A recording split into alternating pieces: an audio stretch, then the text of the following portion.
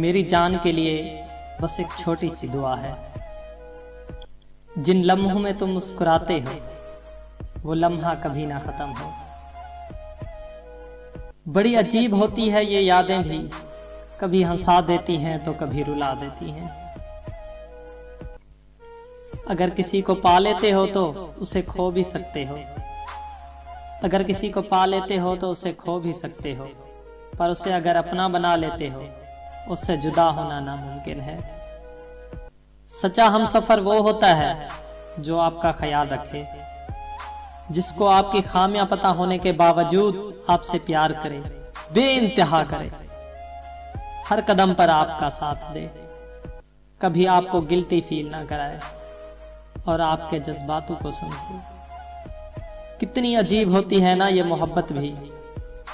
लोग आपसे तुम से जान और फिर जान से अनजान बन जाते हैं।